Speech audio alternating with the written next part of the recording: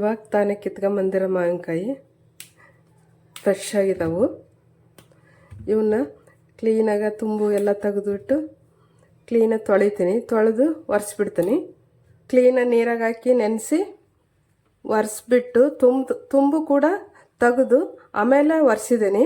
ಒರೆಸಿ ಸ್ವಲ್ಪ ಹೊತ್ತು ಗಾಳಿ ಬಿಡ್ತೀನಿ. ಬಿಟ್ಟಿದ ಮೇಲೆ ಆರ್ಕೆಂತವು ನೀಟಾಗ. ನಾನು ಮಾವಿನಕಾಯಿ ತುರಿಯೋಕೆ ಈ ಥರದ್ದು ತಗೊಂಡಿದ್ದೀನಿ. ಇದರಲ್ಲಿ ತುರಿತೀನಿ.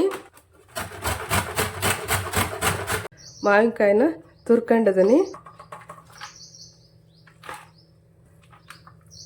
ಈ ರೀತಿ ತುರ್ಕೊಂಡಿದೆ ನೋಡಿ. 1 ಸ್ಪೂನ್ ಮೆಂತ್ಯ ಹಾಕ್ಯಂತಿದ್ದೀನಿ. ಸ್ವಲ್ಪ ಹುರ್ಕೊಂಡ ನಂತರ ಸಾಸಿವೆ ಹಾಕ್ಯಂತೀನಿ. ಸಾಸಿವೆ 3 ಚಮಚ ಹಾಕ್ಯಂತೀನಿ. ಇವನ್ನ ಹುರ್ಕೊಂತೀನಿ. ಜಾಸ್ತಿ ಏನು ಹುರಿಯೋದು ಬೇಡ, ಸ್ವಲ್ಪ ಹುರಿದ್ರೆ ಸಾಕು. ಮೆಣಸಿನ್ಕಾಯಿ ಹುರ್ಕೊಳಕ್ಕೆ 2 ಸ್ಪೂನ್ ಎಣ್ಣೆ ಹಾಕ್ಯಂತಿದ್ದೀನಿ. 1 ಹಿಡಿಯಷ್ಟು ಹಾಕ್ತದೆ ಮೆಣಸಿನ್ಕಾಯ.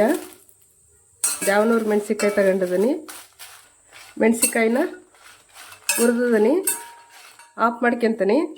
ತಣ್ಣಗಾದ್ಮೇಲೆ ಮಿಕ್ಸಿ ಜಾರಿಗೆ ಹಾಕ್ಯಂತೀನಿ. ಇವನ್ನ ಸಾಸಿವೆ, ಮೆಂತ್ಯ, ಮೆಣಸಿನ್ಕಾಯಿ ಎಲ್ಲ ಮಿಕ್ಸಿ ಮಾಡ್ತೀನಿ.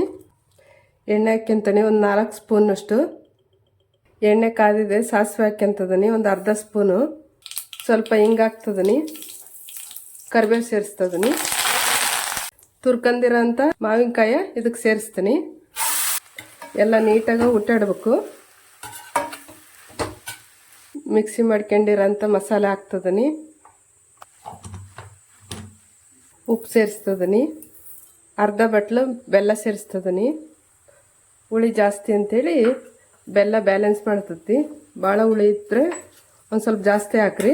ಹುಳಿ ಕಡಿಮೆ ಇದ್ದರೆ ಸ್ವಲ್ಪ ಹಾಕಿ ಬೆಲ್ಲನ.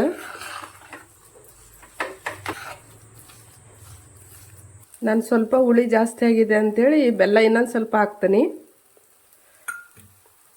ಕಾಯಿ ಭಾಳ ಹುಳಿ ಇತ್ತಿದು.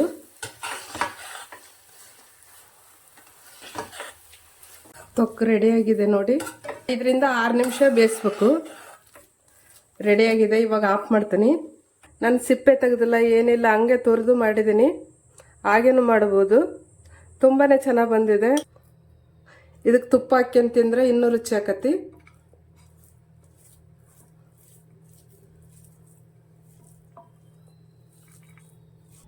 ಭಾಳ ರುಚಿಯಾಗಿದೆ. ಈ ವಿಡಿಯೋ ಇಷ್ಟ ಆದಲ್ಲಿ ಲೈಕ್ ಮಾಡಿ, ಶೇರ್ ಮಾಡಿ, ಸಬ್ಸ್ಕ್ರೈಬ್ ಮಾಡಿ. ನಮಸ್ಕಾರ.